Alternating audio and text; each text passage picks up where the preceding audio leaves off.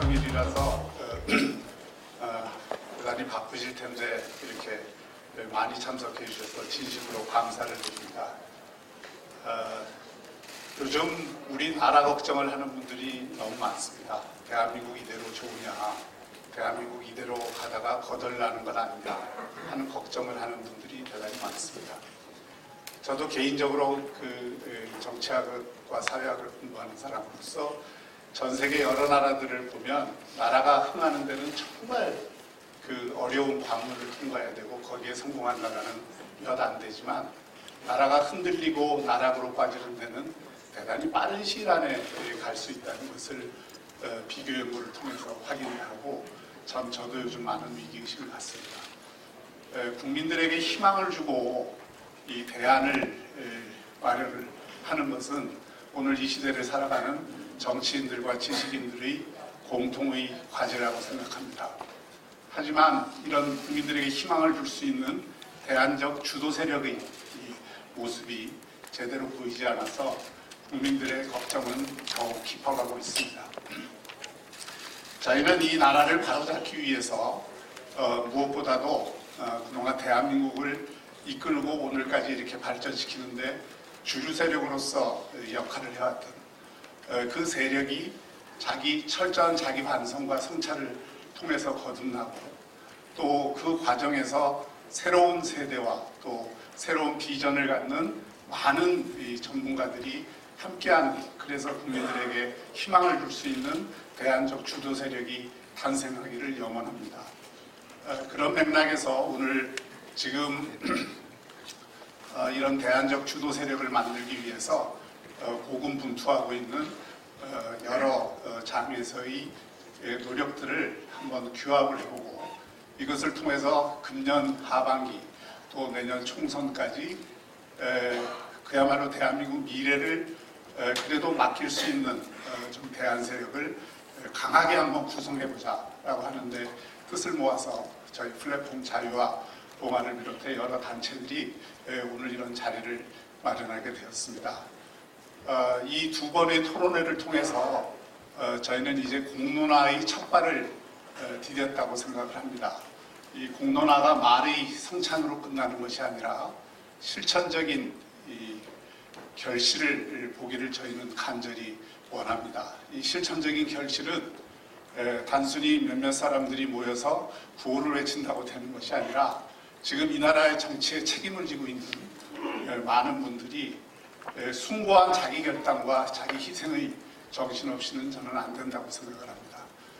저희가 이런 행사를 준비하는 것도 바로 지금 이 나라 정치를 이끌고 있는 특히 중도와 보수에 있는 많은 정치 지도자들과 또 정치 정당들이 이러한 숭고한 자기 희생과 결단의 모습을 보이기를 촉구를 하는 것이고 또 그것을 통해서 정말 국민들에게 희망을 줄 수 있는 새로운 정치의 그런 비전을 보여주기를 갈망하기 때문입니다.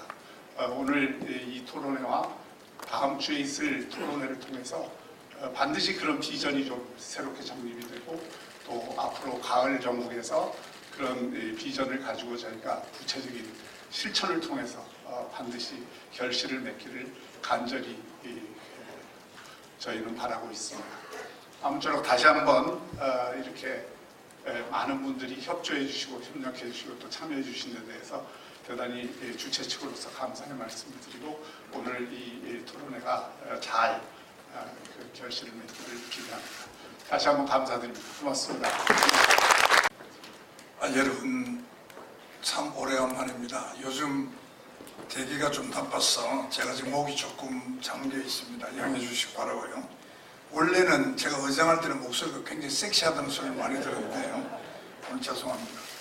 오늘 덕분에 여러분들 많은 분들을 이렇게 뵙게 되었습니다. 우선 오늘 이 대토론회 개최를 축하를 드리고요. 우리 박영준 사무총장하고는 한 40년에 가까운 인연이 있는 사이입니다. 특히 위기에 처한 우리나라를 구하겠다는 일념으로 나서주신 통합과 혁신 준비위원회 여러분들의 노고에 무슨 감사를 드립니다. 제가 요즘 들어서 좀 한 가지 의문이 좀 듭니다. 우리 민족의 그 유구한 역사 속에서 과연 지금 우리나라의 위상이나 경제적 상황이나 이런 것이 최고의 시대일까 하는 그러한 생각입니다. 또 우리가 예전에 그랬듯이 계속 발전할 것이라는 그런 믿음이 맞는 것인가 하는 그런 의문을 갖고 있습니다. 우리는 자주 문상을 갑니다. 문상은 자주 가지만 죽음은 자기하고는 굉장히 먼 이야기인 같이 생각을 하듯이 세계 다른 나라들이 나락에 떨어지는 것을 보면서도 한국 경제는 늘 좋아질 것이라는 착각에 우리가 혹시 있는 것은 아닌지 그런 생각을 해봅니다. 과연 우리와 계속 그렇게 발전해 갈 것으로 여러분 생각하십니까?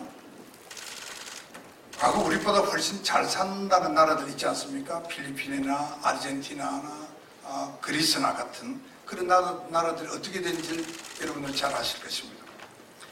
최근 들어서 부쩍 많은 사람들이, 물론 제가 만나는 사람들입니다만, 나라가 이러다가 어찌 될 것이 아닌가, 다르게 말씀드리면 대한민국 호가 침몰할 것은 아닌가 하고 걱정들을 많이 합니다.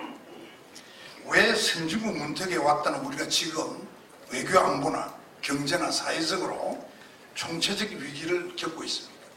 여러분 이유가 뭐라고 생각하십니까? 제가 볼 때는 저를 포함해서 저도 한때 정치를 했기 때문에 이 모든 것이 저는 정치 탓이라고 생각합니다. 대한민국의 경제사회는 21세기를 살고 있는데 정치는 여전히 19세기 말에 머무르 있는 거 아닌가 이렇게 생각합니다. 현재 대한민국의 위기의 본질은 정치의 무능 그리고 정치의 무책임에서 비롯됐다 이렇게 말씀을 드립니다.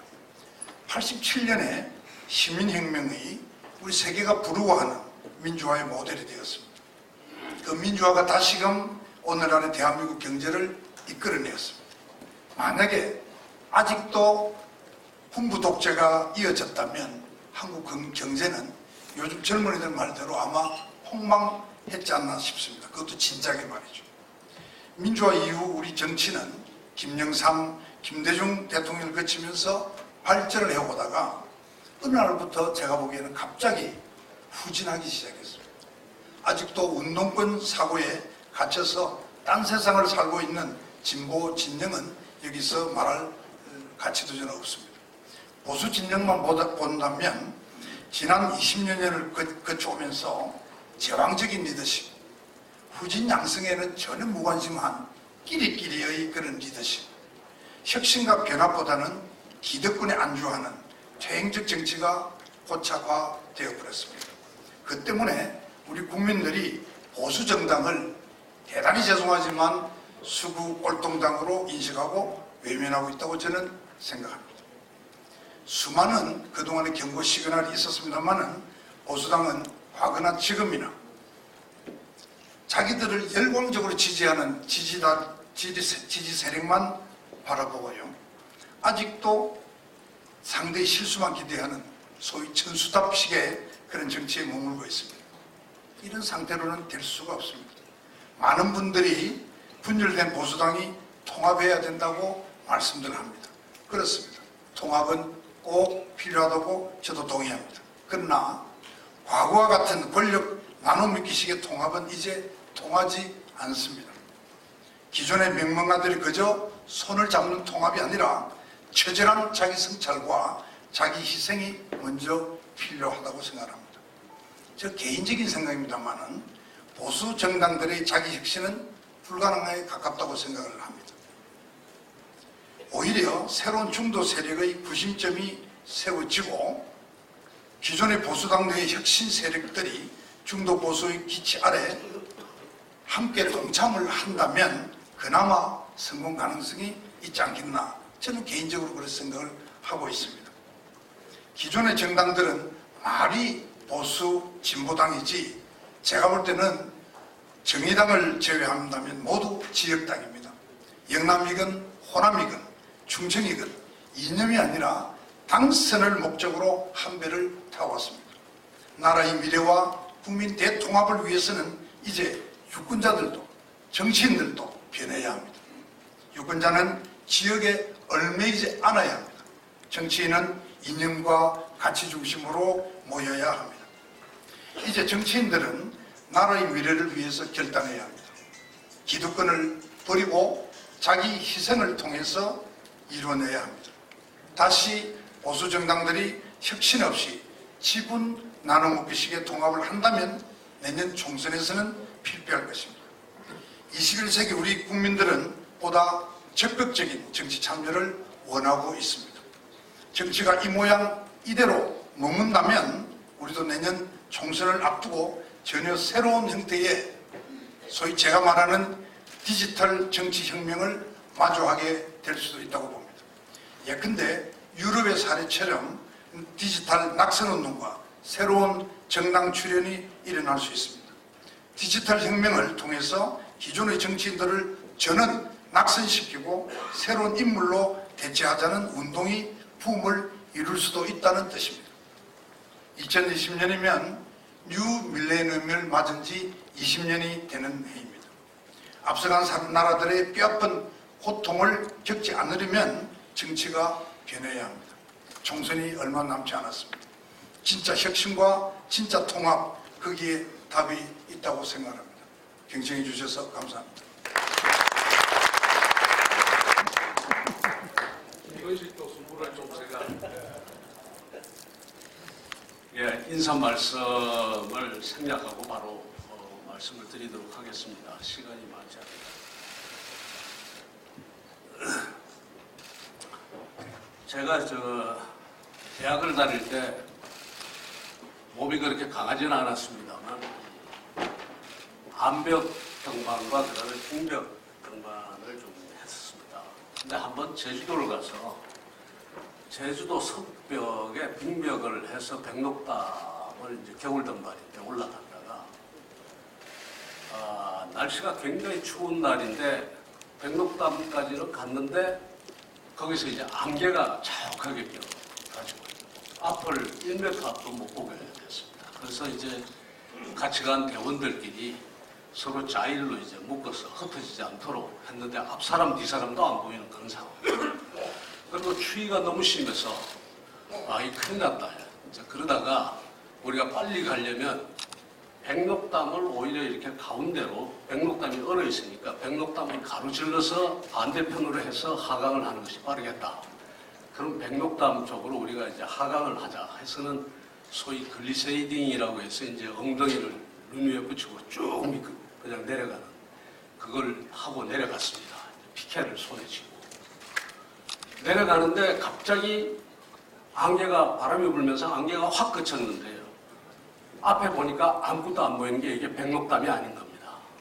그러니까 백록담이 아니라서 그 자리에서 우리가 이제 그 산 사람들이 이제 확보라는 말로서는 앙카 그리고 이제 피켓로 찍으면서 멈췄는데 멈추고 보니까 남벽 절벽 바로 앞 15m 정도였습니다.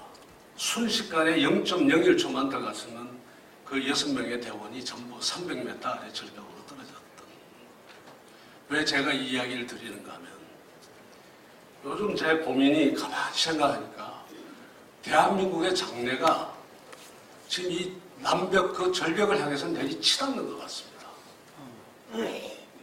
이게 단순히 어려운 게 아니고요. 지금 사람들이 이제 많은 사람들이 경제가 어렵다. 그 다음에 우리 사회가 참 어지럽다 이러는데 저는 이것이 그냥 단순히 어려운 거라고 보지 않습니다. 굉장히 근본적으로 어렵습니다. 그러니까 그동안 경제로 치면은 그동안 70년 동안 광복 70년 동안 이후 70년 동안 우리가 노력해서 그야말로 어떻게 보면 자유와 인권 이런 것까지도 유보시켜가면서 많은 것을 희생하면서 이루어왔던 그 경제와 산업이 무너지고 있는 것을 보고 그 다음에 이게 무슨 복지인지 매표인지 알 수도 없는 정도로 엄청난 돈을 뿌려대고 그런가 하면은 이 또한 자유와 그 다음에 인권을 유보해가면서 유지해왔던 우리의 그 안보 체계가 다 무너지는 것. 그래서 정말 그냥 그 절벽으로 내리닫는 것 같습니다. 왜 제가 절벽이라고 이야기를 하는가 하면요. 우리 IMF 때는 유동성 위기라고 보통 그랬습니다. 기본은 펀더멘털은 좋다고 그랬습니다. 지금 그게 아니라 펀더멘털 자체가 다 무너지고 있는 겁니다. 이것은 한번 무너지면 다시 올라올 수 없는 길. 그래서 제가 절벽 같다는 겁니다. 기술 격차가 선진국하고 점점 더 벌어지고 있고요. 그 다음에 우리 그 인적 자원의 질도 과거와 달리 오히려 지금 하강 국면으로 좀 치닫고 있습니다. 이런 상태입니다. 이거 어떻게 해야 되느냐? 브레이크를 걸어줘야 됩니다. 강하게 이거 더 이상 이렇게 가지 못하도록 브레이크를 걸어줘야 되는데 이 브레이크를 걸어주는 것과 관련해서 보수 중도 정당의 역할이 엄청나게 크다는 거 제가 말씀드리지 않아도 다 아실 거라고 생각합니다. 그런데 그럼 뭘 해야 되겠느냐? 저는 첫 번째 이런 생각을 합니다. 늘 하는 이야기입니다만 대단히 교과서적인 것 같지만 굉장히 중요한 문제입니다. 결국은 우리가 비전과 가치를 제대로 세워야 된다고 생각합니다. 앞서 제가 남벽으로 내리치닫다가 그 자리에서 딱 순간에 안개가 그치는 순간에 남벽이 이게 잠정 백록담이 아니고 뭔가 다른 곳이다라고 하는 감이 왜 왔겠습니까? 저희 머릿속에 뭐가 있었는가 하면 백록담이면 이래야 된다라는 그림이 있었던 겁니다. 백록담으로 내려간다면 틀림없이 이런 그림이라야 되는데 그 그림이 안 보이는 겁니다. 그러니까 순간에 뭔가 잘못됐다 하고 그 자리에서 급하게 제동을 걸었거든요.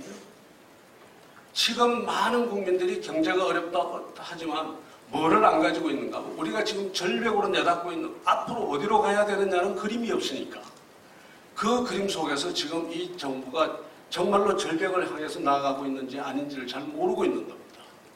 그래서 그 그림을 그려줘야 됩니다. 어떤 그림을 그려야 되느냐? 대안적 그림을 그려야 됩니다. 여러 가지가 있겠죠. 저는 어떻게 생각하는가 하면 저는 제가 비대위원장 시절에 감히 제가 스스로 선언을 했습니다. 아이의 시대다. 아이가 뭐냐? 아이 접니다. 한 사람 한 사람의 개인이 상상력과 창의를 발휘해서 그 사람이 끝없는 연결망 네트워크를 통해서 서로가 연결되고 그러면서 플랫폼들을 만들어가면서 그 플랫폼이 혁신과 혁신의 혁신을 거듭하는 그런 세상. 그래서 우리 시민사회 시민 한 사람 한 사람 기업 하나하나가 대한민국의 성장의 축이 되는 세상. 국가가 아니라 개인과 기업이 성장의 축이 되는 세상. 그리고 국가는 그 개인과 기업이 못하는 것을 보완적으로 해주는 복지 문제라든가 안보 문제라든가 이것을 축으로 그것을 해주는 세상. 그런 세상이 저는 바람직한 세상이 아닌가 제 나름대로 그렇게 이야기를 해봤습니다. 사실 우리 젊은이들을 보고 또 우리 시민 한 사람 한 사람을 보시면 얼마나 유능합니까? 얼마든지 이분들이 제가 아이의 시대라고 했을 때 그 아이, 이니시에이트하고 주도하고 인벤션하고 창조하고 이노베이션하고 그야말로 혁신하고 스스로 I am, 내가 여기 있다. 자기의 존재를 확신하고 I do, 자기가 원하는 것을 행하고 I can, 할 수 있다는 의지를 다지고 I will, 그리고 하는 이런 정도의 우리 국민의 그 자질은 충분히 된다고 생각합니다. 그래서 그런 세상을 만들어야 되는데 이런 세상의 기본은 뭐냐? 결국은 자유와 자율 아닙니까? 그리고 국가의 보완적 역할입니다. 그 눈으로 지금의 문재인 정부를 한번 보십시오. 완전히 다른 모습으로 가고 있습니다. 전체주의적인 경향, 국가가 온갖 곳에 다 간섭을 하고 개인의 자유를 억압하고 적폐라는 이런 말에 온갖 정치적인 대상자들을 정치적인 상대를 전부 가가지고 범죄자로 몰고 이게 절벽으로 내리닫고 있다. 개인의 자유를 상상력과 자유를 억압하고 시장 경제를 훼손시키고 한미일 동맹체제를 와해시키려고 이 모든 것들이 잘못되고 있는 그 그림이 바로 눈에 들어올 것이다. 그래서 그 그림을 더 완벽한 그림을 그려서 우리가 시민들에게 우리 스스로 그것을 체화해야 될 뿐만 아니라 시민들에게 알려줘야 된다고 생각합니다. 그 다음에 또 하나 오늘 이 통합의 이야기가 많이 나오겠습니다만 합쳐야 됩니다. 뭉쳐야 됩니다. 근데 앞서 의장님 말씀하셨다시피 그냥 뭉쳐서는 안 되거든요. 앞서 제가 말씀드린 그런 어떤 비전과 철학을 중심으로 해서 뭉쳐야 돼요. 뭉치는 데 있어서 한 가지 꼭 그대로 짧은 시간이지만 드리고 싶은 이야기가 있습니다. 우리가 탄핵에 대해서 논란이 굉장히 많습니다. 잘했다 못했다 이야기가 많습니다. 저는 될 수 있으면은 이 탄핵에 관해서 탄핵될 당시에 우리 내부에 그 어떤 입장을 가졌느냐에 대한 이야기는 좀 유보했으면 좋겠습니다. 탄핵은 제가 보기에 탄핵을 통해서 이루고자 했던 모든 것들이 지금 실패하고 있습니다. 사실. 탄핵은 대통령을 있는 자리에서 끌어내리는 겁니다. 그런데 끌어내리는 것만으로 탄핵이 완성되지 않습니다.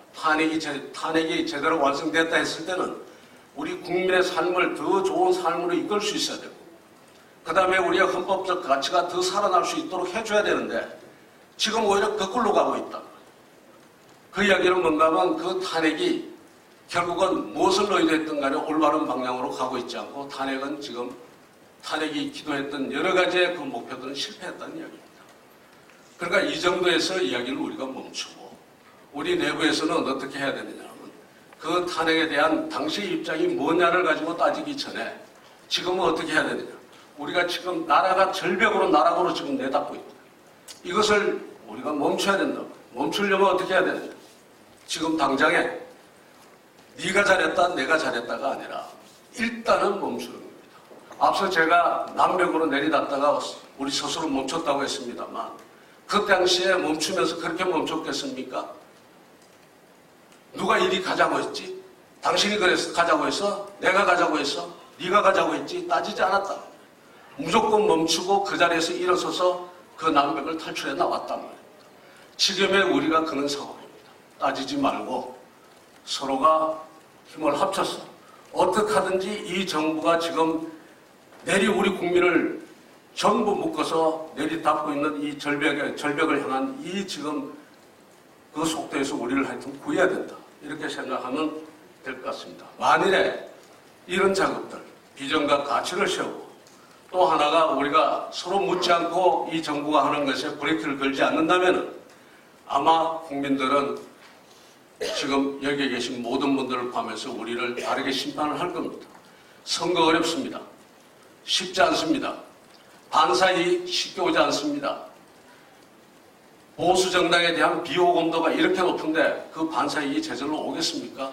안 온단 말이죠. 게다가 짧게 한마디만 더 드리겠습니다.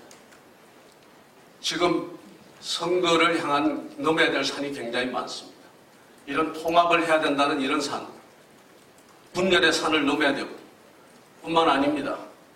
김정은 위원장이 어떤 형태로든 다음 선거에 민주당을 도울 가능성이 큽니다. 지금은 저렇게 욕을 해대지만, 그런가 하면은 인적 쇄신에 있어서 정부 여당이 야당보다도 훨씬 더 잘할 가능성이 굉장히 큽니다. 왜? 여러 가지 나눠줄 자리 자원, 또 다음엔 여러 가지 자원도 있고, 인물에 대한 정보도 있고, 흡인력이 상당히 강합니다. 야당은 그러질 못하죠? 그런 변수도 있지. 또 하나는 보조금 현금 수급을 하는 인구가 지금 1,000만을 넘고 있습니다. 그것이 어떻게 작용할지 짐작이 가시리라고 생각을 합니다. 그래서 이런 어려움 속에서 선거를 이뤄내야 되고, 그 선거에서 이기지 못하면 이 브레이크를 갖다가 제대로 걸 수가 없습니다. 그래서 앞서 말씀드린 것처럼 한편으로는 비전과 가치를 제대로 세우고, 또 한편으로는 묻지 말고 우리가 같이 하고, 그러면서 이 정부를 제어하는 여러 가지 방법들을 찾아야 될 것 같습니다. 감사합니다. 네, 안녕하십니까. 반갑습니다. 나경원입니다. 조금 전에 사회자께서 굉장히 칭찬을 많이 해주셨는데요. 예전에는 그렇게 많이들 말씀하셨는데 요새는 너무 싸워, 제일 앞에서 독하게 싸워, 이렇게 말씀들 많이 하십니다. 또 저희 지역은, 개인적으로 저희 지역은 동작 을인데 그 지역은 전통적으로는 조금 지금 여세가 센 곳입니다. 그러면 늘 하시는 말씀들이 원내대표 되더니 좋은 이미지가, 이런 말씀들 많이 하십니다. 그런데 전 정말 오늘 아침에도 6시 20분에 집에서 나오면서 생각했습니다. 오늘은 정말 저도 뭐 지난주 충칭 출장 갔다 와서 뭐 주말에는 또 경남에 당원 교육을 다녀오고 뭐 하루도 못 쉬면서 오늘 아침에 정말 눈뜨기가 힘들더라고요. 그런데도 오늘도 또 나가서 우리가 이 대의원 투쟁을 해야 되는데 하면서 아침에 여러 생각을 하면서 나왔습니다. 아마 여기 계신 모든 분들께서 그런 뜨거운 가슴으로 이 자리에 오셨다고 생각을 합니다. 대한민국이 이대로 가서는 안 되는데 하는 그런 걱정을 담아서 오셨다고 생각합니다. 저는 이 정권이 들어서고선 제일 먼저 헌법 개정안을 내놓은 순간 정말 탄식을 금할 수 없었습니다. 자유민주주의의 자유를 삭제하겠다는 이 정부의 본질을 드러냈을 때 과연 우리가 이들을 어떻게 막아야 되느냐 고민했습니다. 두 번째로 저는 작년에 판문점 선언을 보고 깜짝 놀랐습니다. 판문점 선언에는 북한의 비핵화는 선언에 불과했고 우리가 해야 될 것은 모두 의무였습니다. 한마디로 낸시 펠로시가 이야기한 것처럼 판문점 선언 이후에 대한민국의 무장해제만 있었던 한 해였습니다. 올 들어 8번 미사일 쏘았습니다. 그 북한의 이제 미사일 성능은 대한민국의 미사일 체계로는 도저히 막을 수 없는 그런 상황입니다. 그렇게 안보는 완전히 해체되었습니다.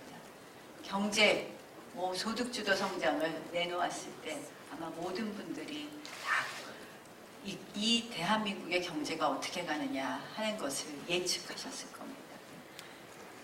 결국 우리의 먹고 사는 문제도 정말 죽고 사는 문제도 이렇게 내동댕이 쳐진 이런 현실에서 과연 우리 야당이 어떻게 투쟁을 해서 국민들의 먹고 사는 문제, 죽고 사는 문제를 지킬 것이냐. 정말 저희가 할 수 있는 모든 것을 시작했습니다. 우리 김병준 비대위원장님 저희 당에 오셔서 정말 수고 많이 하셨습니다. 당을 그래도 이제 좀 정상적인 정당의 모습을 갖춰가는데 큰 역할을 하셨습니다. 그런 의미에서 또 이 자리를 빌어서 다시 한번 감사드립니다. 제가 사실 요새 바빠서 연락도 못 드렸습니다. 그렇게 정말 어떻게 야당이 싸울 것이냐, 하루하루 문재인 정부가 밀어붙이는 정말 그러한 현안에 대처하다 보면 하루하루가 지나가기에 너무 바쁩니다. 그런데 한 발자국 떨어져서 문재인 정권이 과연 무엇을 하고 있느냐 보면 저는 이코노미스트지에 나온 신독재를 이야기 안 할 수가 없습니다. 이들이 꿈꾸는 세상은 신독재의 국가입니다. 좌파 독재 국가의 완성입니다. 작년 이코노미스트지에 나온 신독재의 4단계가 있습니다. 신독재 국가는 첫 번째, 위기의 정권을 잡습니다. 이 정권은 탄핵이라는 촛불이라는 그런 대한민국의 역사상 있을 수 없는 그러한 위기의 정권을 잡았습니다. 두 번째, 그 정권을 잡고 나서는 그러한 신독재 국가들은 적만 찾아다닌다고 합니다. 2년여 동안 우리는 무수한 적폐 청산을 보아왔습니다. 세 번째 그들이 하는 것은 바로 방송과 사법부의 장악이라고 합니다. 지금 대한민국의 KBS 보시는 분들 별로 없으시죠? 이 자리에 계신가요? 답이 없으시네요. 방송 장악됐습니다. 또 사법부도 장악되었습니다. 네 번째 신독재 국가가 하는 것은 바로 선거법을 개정해서 장기 집권을 꾀한다는 것입니다. 여러분들 패스트트랙을 기억하실 겁니다. 그들이 왜 선거법을 그렇게 밀어붙이고 있느냐, 지금도 밀어붙이려고 호시탐탐하고 있느냐, 그것은 바로 독재국가의 완성을 꾀하는 거기 때문입니다. 결국 저는 이러한 단계를 거치는 것을 보면서 우리가 할 수 있는 모든 수단은 다 써보자. 저희 자유한국당에서는 장애투쟁도 해봤고요. 또다시 지금 장애투쟁 이야기도 납니다. 원내투쟁도 하고 있고 모든 수단을 다 쓰고 있습니다. 그런데 그들은 지금 어떻게 하고 있느냐? 막강한 무기를 가지고 있습니다. 방송을 가지고 있습니다. 언론을 가지고 있습니다. 그 무기로 저희를 한마디로 그냥 무시합니다. 그냥 밀어붙입니다. 저희가 이제 조금 지지율이 올라가려고 했더니 막말 프레임으로 저희를 하더니 그 다음 양정철의 총선 보고서에 나온 것처럼 기승전 친일 프레임으로 또 저희를 올가매고 있습니다. 그들이 쓸 수 있는 모든 무기로 그렇게 저희를 한마디로 깎아내리고 저희가 더 이상 국민의 지지를 받지 못하게 이상한 정당으로 만들고 있습니다. 아마 최근에 조국 인사청문회 지금 진행되는 거 보고 정말 또다시 끔찍하다는 생각들을 하실 겁니다. 저는 이것이 진보 정권, 좌파 정권의 민낯이라고 생각을 합니다.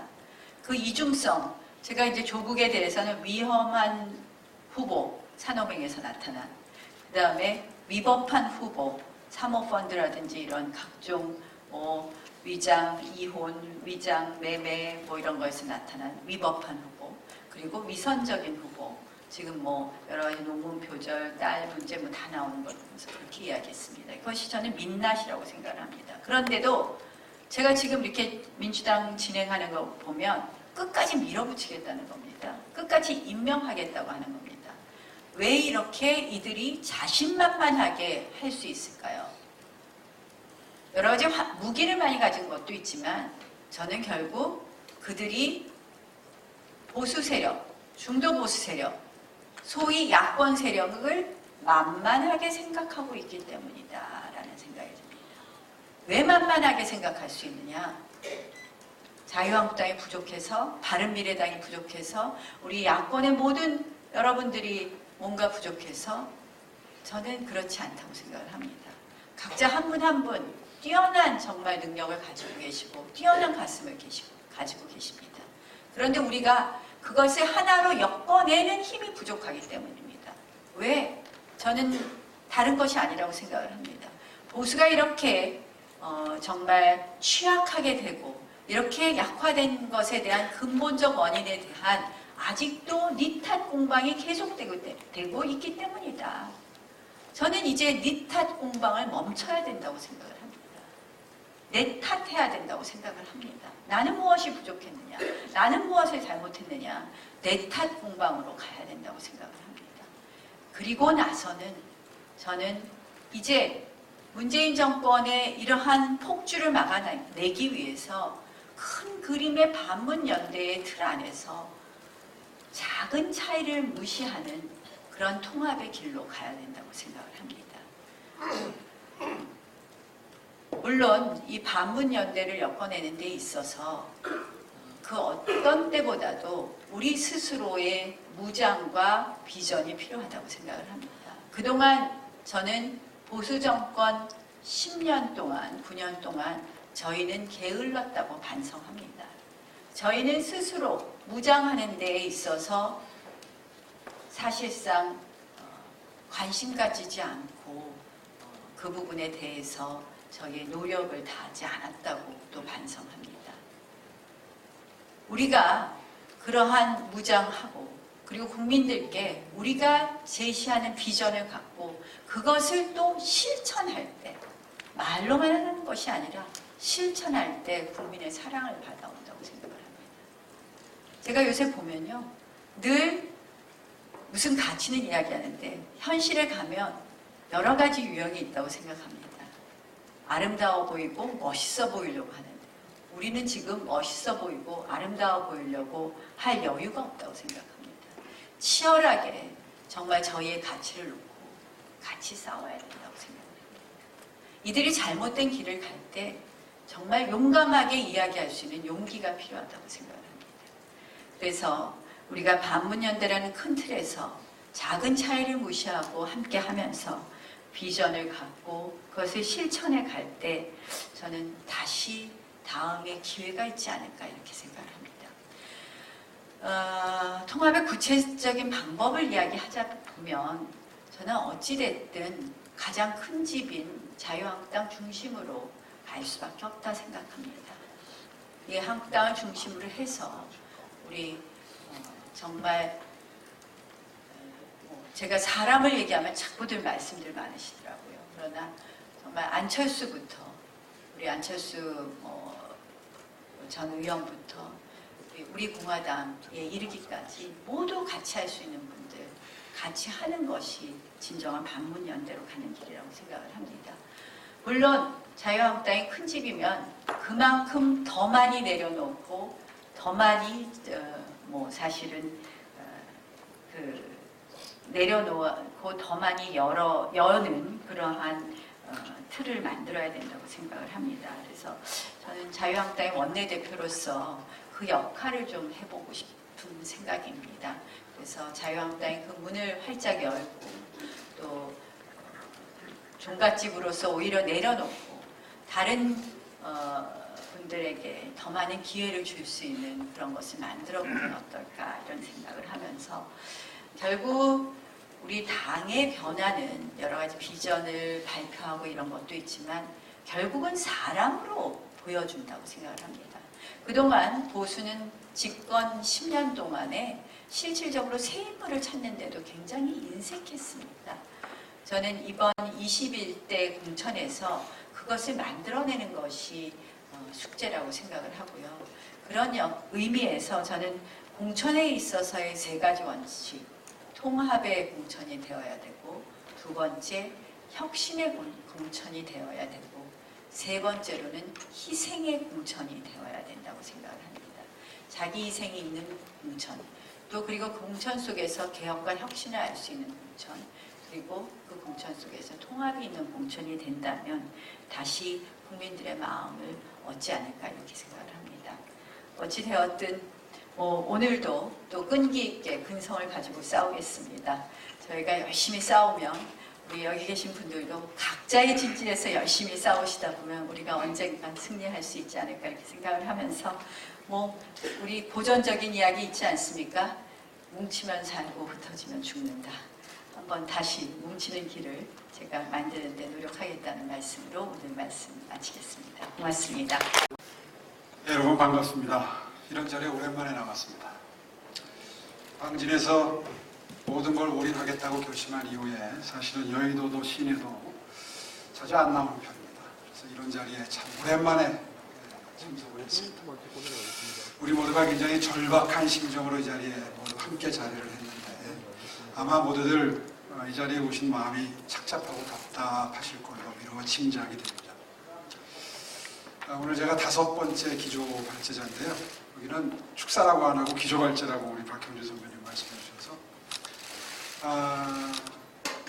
후순위로 하는 사람 장점이 앞에 분들 말씀 인용하는 겁니다. 앞에 순위로 제가 말씀을 드릴 기회를 얻었다면 아마 앞에 하신 분들 말씀하신 내용을 저도 똑같이 강조를 했을 겁니다. 그런데 중복되지 않는 선에서 말씀드리겠고요. 그리고 해법을 제시한다기보다는 호소하려고 나왔습니다. 호소의 대상은 이른바 보수의 가치를 믿고 지지해 주시는 국민 여러분, 그리고 자유우파의 가치가 대한민국의 살 길이라고 생각하시는 유권자분들께 한번 호소를 해볼까 하는 마음으로 이 자리에 섰습니다. 여러분들이 지금까지 느끼지 못했던 위기의식을 지금 느끼신다면 아마 그것은 과거와 달라진 유권자 지형을 피부로 느끼고 계시기 때문일 거라고 저는 생각을 합니다. 무슨 말씀이냐 하면요. 옛날에 자유한국당의 전신, 그 전신 때부터 예를 들자면 친박, 비박 이렇게 나뉘어져서 서로 아웅다웅할 때도 보수를 지지하는 국민 여러분들, 유권자분들은 그렇게 갈라져 있지 않았습니다.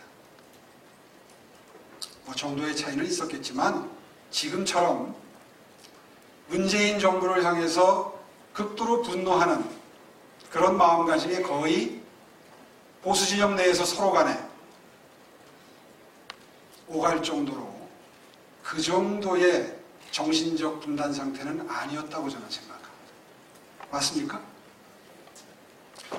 그런데 저희가 지금 좌절하고 내년 선거 또 그 이후에 있을 대선에 대해서 좌절하는 이유는, 걱정하는 이유는 보수층 내부의 정신적 분열 상태가 그 어느 때보다도 극심한 상태라는 바로 그 점 때문에 우리가 지금 근원적인 위기의식을 느낀다고 저는 생각을 합니다. 사실 제가 시장 임기를 마친 이후에 지금 10년이 흘렀습니다. 그 기간 동안에 2014년 1년을 온전히 내서 6개월은 남미, 6개월은 아프리카에 루안다라고 하는 아주 조그마한 경제 수준으로 보면 지금 북한하고 비슷합니다. 1인당 국민소득이 $1,000 정도 되는 나라인데요. 그 나라에 가서 6개월을 지낼 기회를 일부러 만들어서 찾아갔었습니다.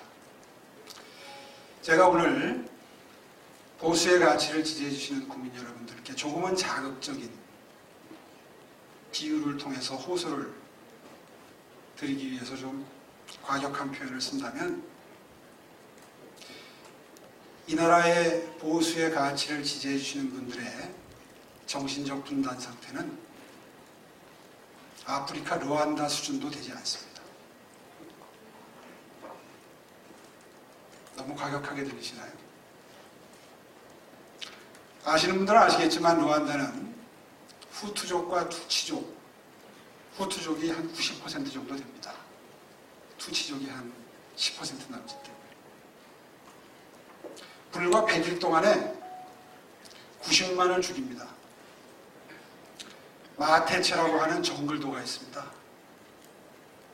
날카롭지 않아서요, 뭉툭하고 무거운 무쇠기 때문에 한번 사람을 치면 살점이 튀고 피가 튑니다. 그 마테체로 90만을 쳐 죽입니다. 100일 동안. 그런 나라가 제가 방문했을 때 그 사건이 있고 나서 약 20년 뒤였는데요. 카가메라고 하는 걸출한 지도자를 맞아서 용서하겠다, 그러나 잊지는 않겠다 라는 구호 아래 국가 재건의 구슬땀을 흘리고 있는 모습을 지켜보고 왔습니다. 물론 우리나라의 새마을 운동에 들어가서 그 방법론을 제공해서 성공한 사례들이 꽤 있습니다.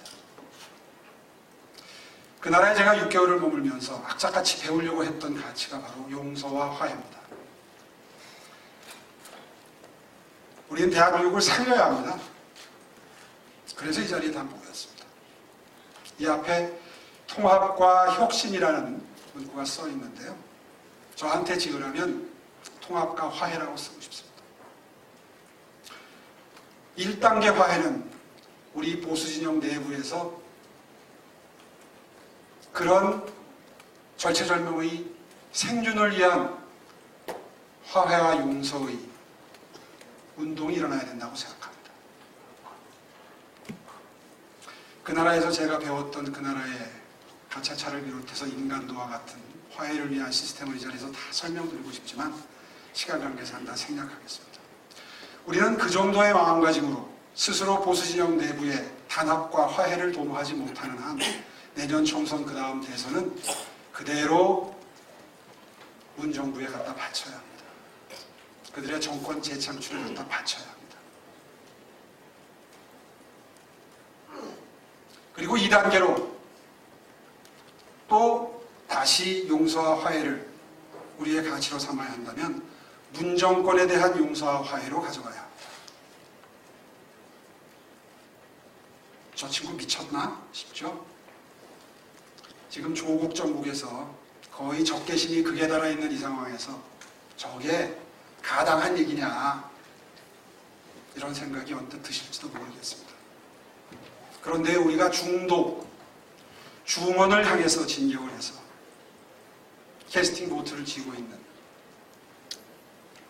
우리 국민 한 30% 정도 내외라고 그러죠. 그분들의 마음을 얻는 것, 그 유일한 길, 막막해 보기만 하는 이 암흑과 같은 상황에서 그분들의 마음을 얻는 길은 용서와 화해를 지금부터 우리들의 가치로 채택하는 것. 그거 외에는 저는 방법이 없다고 생각합니다. 강한 자만이 용서할 수 있고요, 자신 있는 자만이 화해할 수 있습니다. 우리가 집권을 해도 우리가 당한 만큼, 적폐청산으로 당한 만큼 돌려줄 것 같은 기세가 보이는 한 중도는 저희 전폭적으로 지지해 줄 수 없습니다. 저는 그렇게 생각합니다. 어떻게 만든 대한민국인데 양극단에 있는 보수와 진보끼리 치고받으면서 대한민국을 점점 더 정신적 피폐 상태, 아프리카 수준보다도 못한 나라로 만들어갈 것이냐. 뜻있는 대한민국 국민들은 바로 그 점에서 더 큰 좌절을 하고 있다고 저는 생각합니다.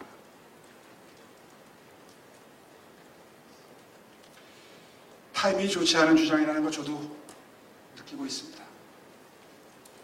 분노가 극에 달해 있는 상황입니다. 전 사실 황교안하고 출범하는 자유한국당이, 다시 말해서 황교안 대표가 지금 제가 말씀드린 이런 스탠스를 1차적으로 보수 진영 내에서 취해 주었으면 하는 바람을 갖고 있었습니다. 제가 며칠 전에 무슨 어디 월간지 인터뷰를 했는데요. 제목이 좀 너무 섹시하게 뽑혔더라고요. 근데 사실은 저는 황교안 리스크의 현재화라는 표현밖에 쓴 적이 없습니다. 그 황교안 리스크의 현재화라는 내용이 바로 그 뜻이었습니다. 보수 진영 내에서 다수의 지지를 받고, 특히 자유한국당의 강경 보수의 지지를 받고 대표 자리에 오른 대표가, 저는 그 일을 할 수 있는 적임자라고 생각을 했습니다. 근데 지난 6개월 동안 침묵으로 지켜봤지만 그런 가치를 추구한다는 느낌을 받을 수가 없었던 것이 참으로 안타까웠습니다. 그래서 드디어 말문을 열기 시작했습니다. 방금 전에 나경원 원내대표가 자기가 전사가 돼간다 이런 말씀을 하셨는데요. 투톱이 그래서 필요한 거죠. 원내에서는 가열차게 투쟁하고 열심히 싸우고, 바깥에서는 보수 전체를 아우를 수 있는 리더십을 보여줬으면 아마도 지금쯤은 중도의 마음이 절반 이상 우리에게 와 있지 않았겠나 하는 아쉬움을 표하지 않을 수가 없습니다. 거두절미하고요. 오늘 정의아 의장님, 기존 정당보다는 중도 보수의 플랫폼이 중심이 돼서 가치 연대를 해야 된다. 김병준 전 비대위원장님, 통합해야 되는데 비전과 가치를 중심으로 하는, 그래서 탄핵을 유보하는, 탄핵 판단을 유보하는 정치적 전략이 필요하다. 말씀을 비롯해서 앞에 네 분의 기조갈지에서 많은 좋은 말씀을 해주셨습니다. 근데 우리가 오늘 이 자리에 토론이 의미가 있으려면 어떻게 보수가 하나 될 것이냐. 제가 아까 정신적 분단 상태가 극에 달해 있다 말씀을 드렸는데요. 제가 요즘에 다들 유튜브를 많이 보시잖아요. 정규제 TV 보시는 분들은 신의 한 수 잘 안 보시더라고요. 신의 한 수 보시는 분들은 정규제 TV 잘 안 보시더라고요. 그리고 그 보는 사람들을 향해서 서로 손가락질합니다. 단적으로 얘기해서 정치 지도자가, 그리고 보수의 논객들이 이런 정신적 분단 상태, 보수 내부의 정신적 분단 상태를 즐길 게 아니라 진심으로 대한민국의 미래를 위한다면 그걸 깨부수는 그런 오피니언 리더의 역할을 보수지역에서 꼭 해주셨으면 좋겠다 하는 당부의 말씀을 드리고 싶어서 오늘 이 자리에 섰습니다. 마치겠습니다. 고맙습니다.